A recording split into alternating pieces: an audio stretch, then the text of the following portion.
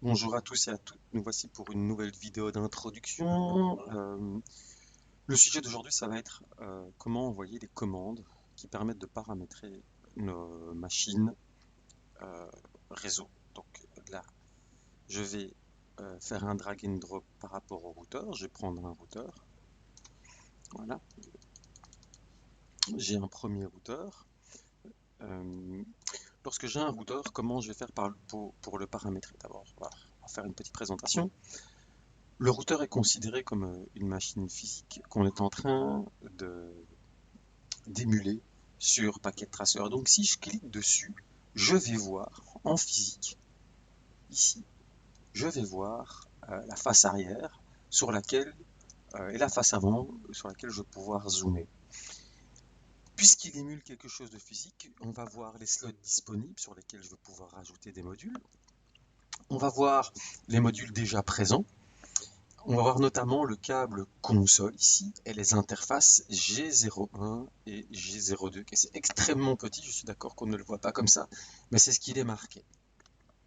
Et aussi, on a un interrupteur. Par défaut, les machines réseau, que ce soit les PC, les switches, euh, tous les devices de Packet Tracer sont allumés par défaut. Donc je peux l'éteindre. Je peux l'éteindre, le mettre sur off. Si je le mets sur off et que je clique sur le routeur et que je vais voir sa configuration de l'interface, il va me dire que c'est pas possible parce que le power doit être on. Alors je fais OK. Donc pour pouvoir avoir accès aux interfaces de commande pour pouvoir lui envoyer des ordres, il est évident qu'ils doivent être allumés comme une machine physique. Donc je l'allume. Que se passe-t-il quand on l'allume? Tout simplement, il décompresse.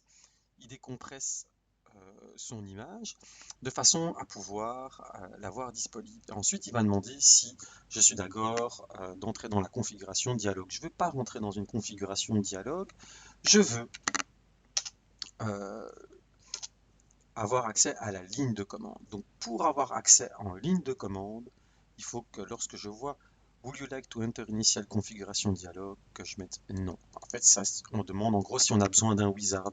Moi, j'ai pas besoin d'un wizard, je ne vais pas rentrer dedans, on est censé savoir ce qu'on fait plus ou moins, et on va avoir la liberté de placer les commandes que l'on veut. Alors comment ça se passe en réalité? Si vous vous souvenez bien, en physique, je vous ai parlé de ce mode console. Donc si j'arrive ici, je vois ici euh, la connectique RJ45 sur lesquelles je peux fixer un câble série. À quoi ça sert ce câble console? En fait, ces câbles console, dans la réalité, mesurent 1 m, 1 m 50 et permettent de relier un laptop ou un PC à mon routeur. Donc ici, je vais prendre un laptop, d'accord, qui est un N-device, et je suis censé pouvoir relier le laptop au routeur pour entrer la configuration. En fait, dans la vie de tous les jours, ici on se rend compte que le routeur, si je veux, je clique dessus, je double-clique dessus et j'ai sa config line interface et voilà, je peux rentrer les commandes comme je veux. Effectivement, dans la vie de tous les jours, il n'est pas possible de double-cliquer sur un routeur pour entrer dans sa configuration. On est obligé pour ça de passer par une autre machine. Cette autre machine, c'est un laptop ou un PC qui va nous servir de terminal, c'est-à-dire qui va nous servir d'écran. On va également utiliser son clavier et les commandes que je vais que je vais entrer dans le clavier vont passer par le câble console pour être transmises au routeur qui va les exécuter et les interpréter. Donc si maintenant je prends mon laptop, qu'est-ce qui se passe? Que je vais sur desktop, eh bien j'ai ici ce qu'on appelle le terminal. Le terminal, c'est l'équivalent d'un PuTTY, d'un Secure CRT. Je double-clique dessus et je me rends compte qu'il y a une configuration par défaut. Donc il faut savoir que le rate, donc les bits par seconde que j'envoie, 9600, c'est un taux moyen et c'est bien configuré, je ne dois pas le changer, sinon les lettres que je vais taper sur mon clavier ne vont pas être interprétées correctement par le routeur. Donc je vais laisser la configuration de base avec des modes 8 bits et je vais faire OK. Le terminal est ici, si je fais Enter, pour l'instant, je vois rien. Comment ça se fait? Je vois rien. J'ai beau essayer de faire, je vois rien. Mais c'est normal puisque j'ai pas mis le câble. D'accord? Donc évidemment, comme dans la vie de tous les jours, il y a toujours, à tout problème, normalement, il y a une solution, en tout cas, il y a une cause. Ici, mon routeur, il est allumé, c'est pas un problème. Mon laptop, il est allumé, c'est pas un problème. Donc déjà, j'ai vérifié que mon routeur est allumé, mon laptop aussi. Je vais aller sur un câble, et ce que je vais faire, c'est que je vais passer du câble série, donc RS232, à mon port console. Et donc ce câble que vous voyez turquoise est réellement turquoise, normalement, dans la vie de tous les jours. Donc, ici, je prends le terminal, je fais OK, et là, après avoir mis le câble, on s'aperçoit que j'ai bien accès à la configuration de mon routeur. D'ailleurs, si je prends mon routeur et que je mets l'interface de mon routeur, la commande l'interface de mon routeur et que je regarde ici, donc quand je regarde en haut à droite, il s'agit bien de mon laptop, d'accord? Quand je regarde sur la fenêtre d'à côté, il s'agit bien de mon routeur. Donc à gauche, j'ai bien mon laptop, à droite, j'ai bien mon routeur. On va dézoomer. Voilà.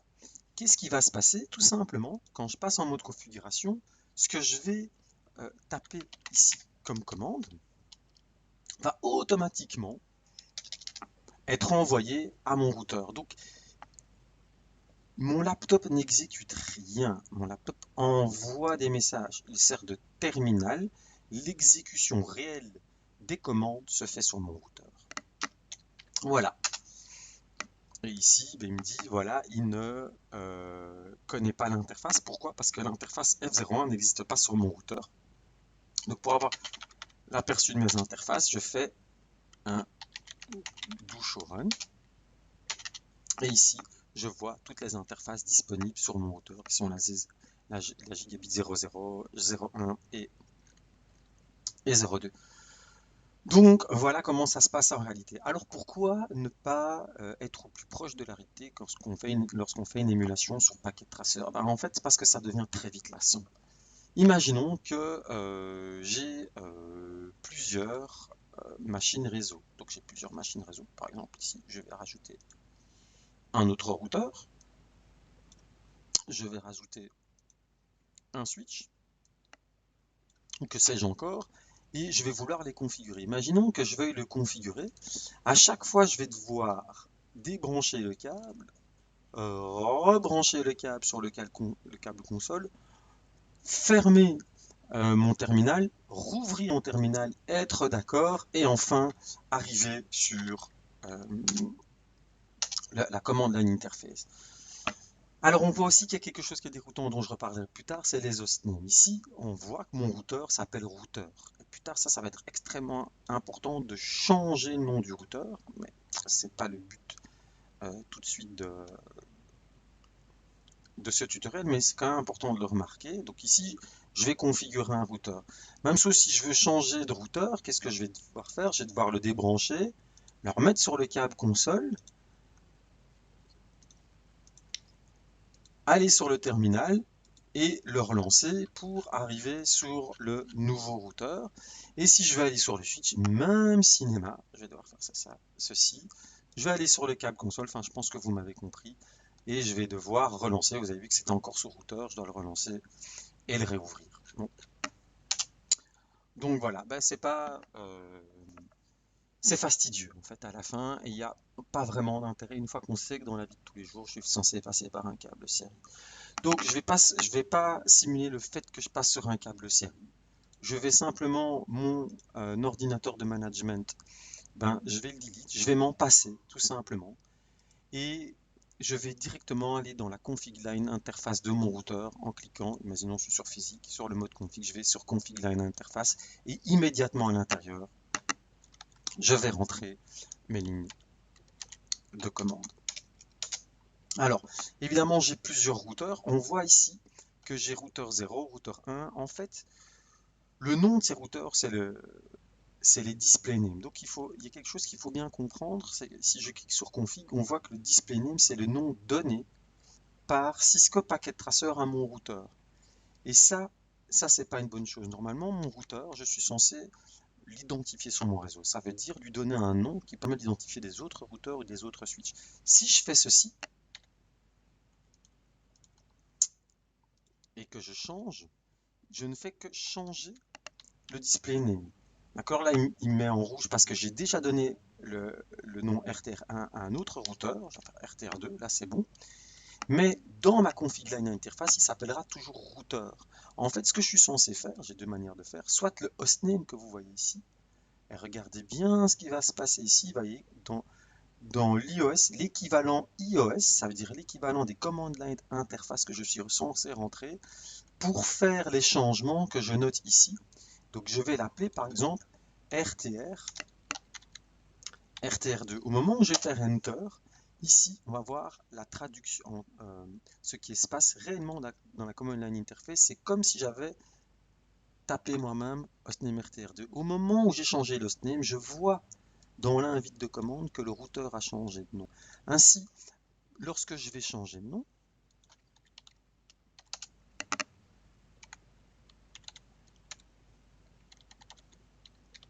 d'accord, je vais pouvoir identifier le routeur. Donc il est extrêmement important de donner un nom au routeur de manière à ce que lorsque je suis dans la command line interface, je sais quel est l'appareil réseau que je suis en train de configurer. Ça, c'est quelque chose d'extrêmement important et on va vraiment insister dessus. Donc une des premières choses que vous allez faire, lorsque vous allez commencer à configurer et que vous allez entamer la configuration de vos machines, la première chose à faire, c'est de changer votre hostname de façon à identifier votre machine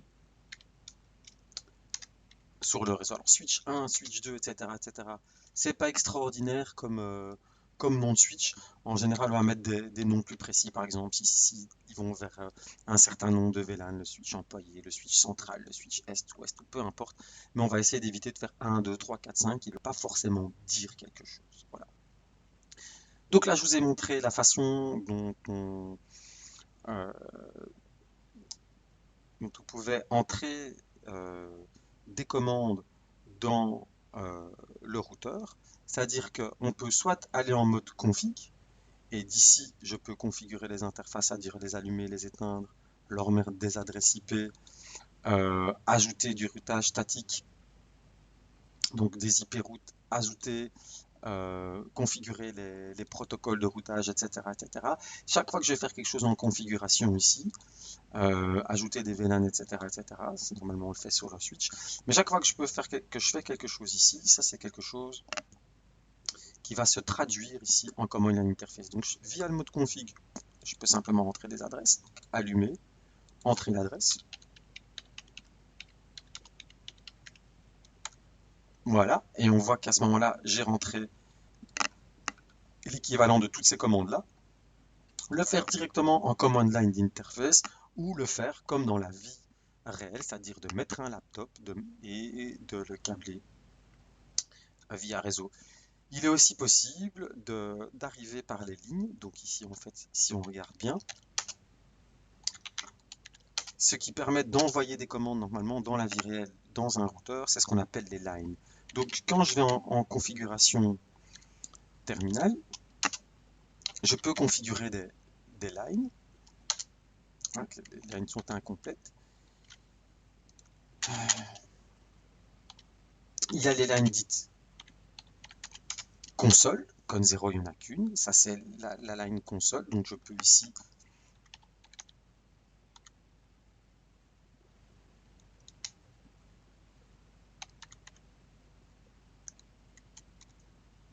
voilà, faire une première configuration et j'ai la même chose pour les lines virtuelles. Ça là, c'est quand j'utilise lorsque j'ai configuré mon switch, il y a moyen de le communiquer, de faire ce qu'on appelle du management à distance, ça veut dire de venir par le réseau plutôt que d'être sur place via un câble console. Puisque mes machines réseau sont sur le réseau, je vais essayer de les contacter via leurs adresses IP et je vais venir comme n'importe quel utilisateur, on va dire, au lieu de profiter du réseau pour aller sur Internet, etc., je vais profiter du réseau pour contacter mes machines réseau et les configurer. Et on appelle ça les lines virtual teletype. Ces lines virtual teletype vont utiliser le protocole soit Telnet, soit SSH, et elles vont de 0 à 15. Voilà, et je peux aussi les configurer. Voilà, donc ça, les lines, c'est la façon d'envoyer des commandes via le port console ou via Virtual Type, et ça c'est dans la vie réelle. Voilà, j'espère que cette vidéo vous a été utile et je vous souhaite une bonne journée ou une bonne soirée, c'est selon.